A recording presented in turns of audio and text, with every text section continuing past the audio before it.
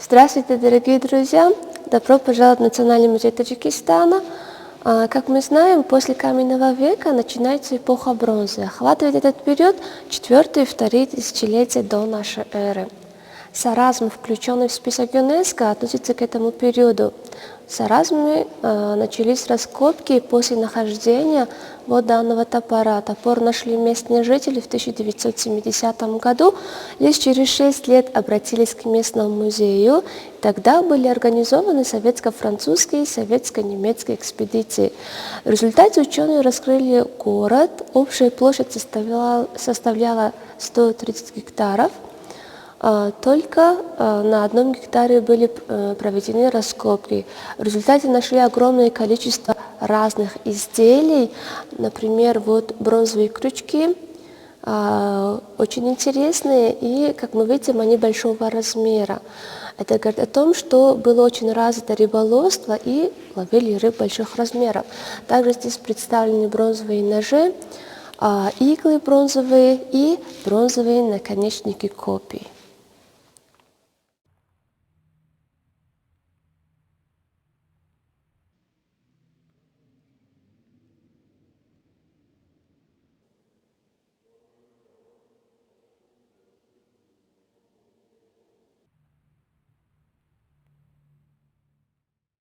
На карте показана территория Саразма, то есть Саразм, где находится, в 15 километрах восточнее от Пинджикента, от города Пинджикента, и на берегу реки Зеравшан.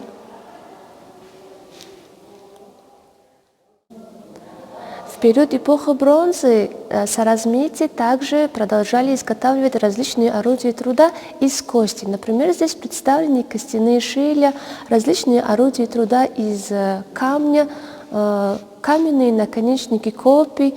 Также здесь представлен вот один интересный экспонат – каменные палицы царствования. То есть такие палицы держали в руках знатные люди.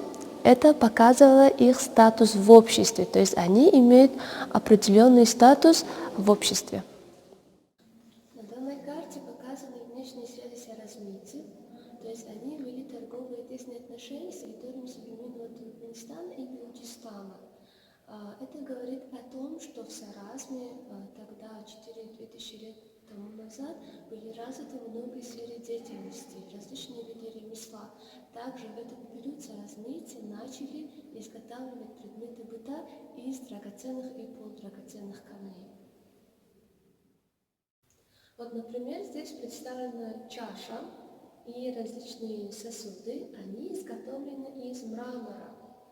И вот, например, на этих маленьких сосудах держали лекарства, жидкие, косметику или же сумму.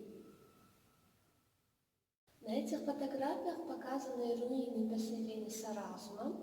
Само слово «саразм» обозначает «саризамин» – начало земли.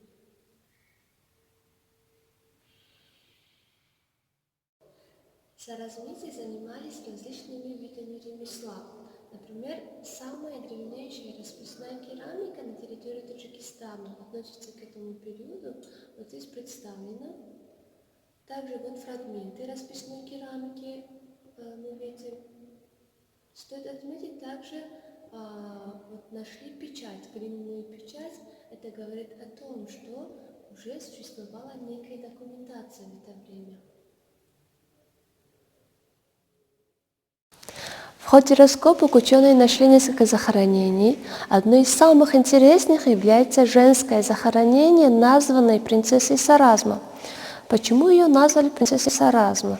Когда ученые нашли погребение, скелет был в скорченном положении, а на ней было много украшений. То есть ожерелья были из драгоценных и полудрагоценных камней, браслеты были костяные, головной убор был из золота, то есть из 49 золотых бусинок.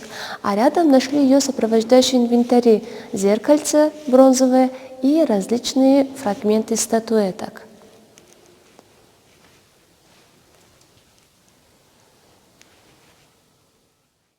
Вот часть ее украшений представлены на этой витрине. Как мы видим, здесь здесь представлены различные ожерелья из драгоценных и полудрагоценных камней, зеркальце из бронзы и браслет из кости. То есть тогда они думали, что есть другой мир, и людей хоронили со всеми вещами, что имели при жизни.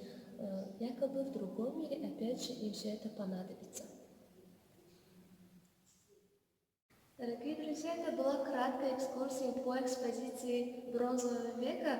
До новых встреч! Оставайтесь с нами!